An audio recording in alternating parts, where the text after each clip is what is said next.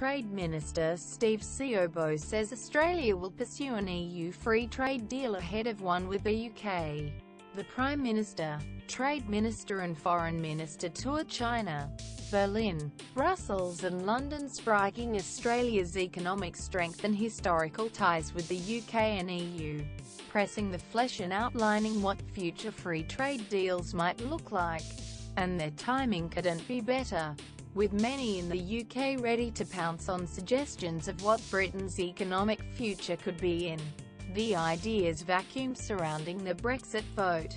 News that the two countries would start scoping a deal made headlines in the UK, with suggestions the country could become awash with cheap Aussie wine and beer.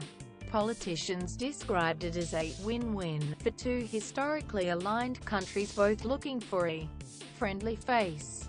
Australia loves a trade deal, especially a free trade deal, wrote Daniel Hatch in The Telegraph about the way leaders Malcolm Turnbull and Theresa May virtually sprinted into each other's arms at the G20 in China.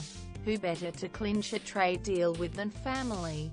Who better to go into business with than a country with which we have so much shared history, shared culture, and so deep an affection that we occasionally let them win the Ashes, he wrote. And what better way for Britain to apologise for so callously cutting off fraternal ties back in 1973 in favour of the troublesome tart Europe? What better way to make up for abandoning your little brother in favour of fish quotas, straight bananas and eggs by the kilo?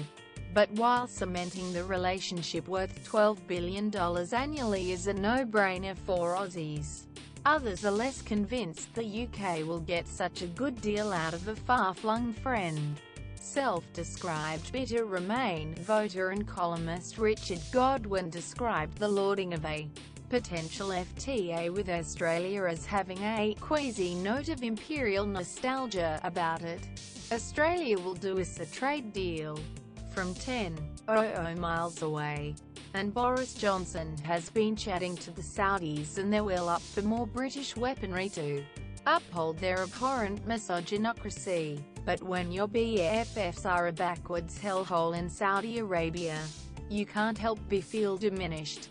Plus I'm worried my joke will derail the critical Australia deal, he wrote in the Evening Standard, citing a recent poll that found 46% of British people feel their country's international standing has diminished since the vote. Commonwealth trade is worth an estimated 9% of British imports and exports compared to 44% for the European Union. The self-described bitter Remain voter said the notion that the Commonwealth can make up for an open trading relationship with the EU strikes him as straw-clutching from Brexiteers.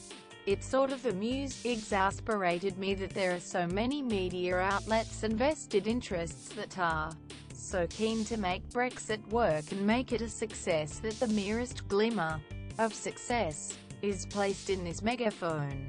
People are amazed Australia will trade with us, he said. Quote, "We hear the UK will be flooded with cheap Aussie wine because our terms will be so favourable that we'll all be drinking Grange. But when you look down into the details that we might get 10 pence off a bottle in 2025, there is a real patronising arrogance that Britain is very important to these countries.